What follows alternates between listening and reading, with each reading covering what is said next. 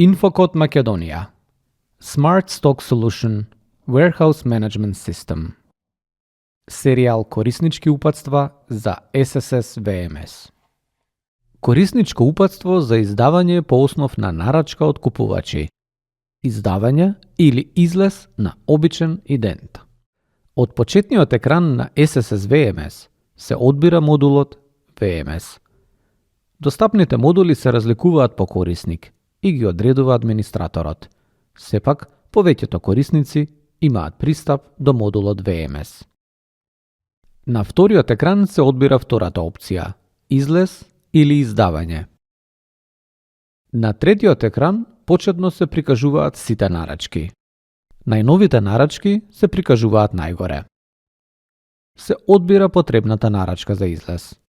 Ако нарачката не се гледа веднаш, може да се пребара на неколку начини. Со лизгање надолу или пак со впишување на бројот на нарачката во полето пребарај.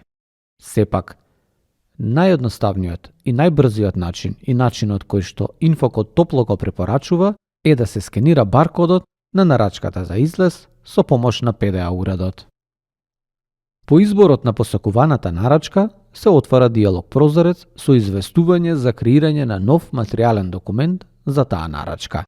Материјалните документи се однапред дефинирани во зависност од нарачката која што се извршува. Доколку е потребно, може да се додаде коментар во нарачката која се изработува во Pantheon. Ова се прави во полето на помена на документот, доле лево на екранот во Pantheon кога се изготвува нарачката. Ова е еднонасочна функционалност. Коментарите од Pantheon се прикажуваат во SSS VMS во делот коментар. На крај се кликнува на иконата Зачувај десно доле на екранот. На четвртиот екран се нудат две опции – нарачани артикли и завршени артикли. Се одбира нарачани артикли. Таму се прикажани сите артикли за кои што треба да се изврши излез или издавање, или пак за кои процесот е започнат, но не е завршен. Во завршени артикли пак се прикажани артиклите кои за излезот или издавањето е целосно завршено. На петтиот екран се отвара проширеното мени на нарачани артикли. Се одбира идентот или пак артиклот за кој ќе се направи излез или издавање.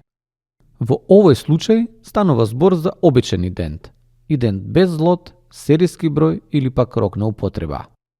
Се кликнува на идентот. Се отвара нов диалог прозорец.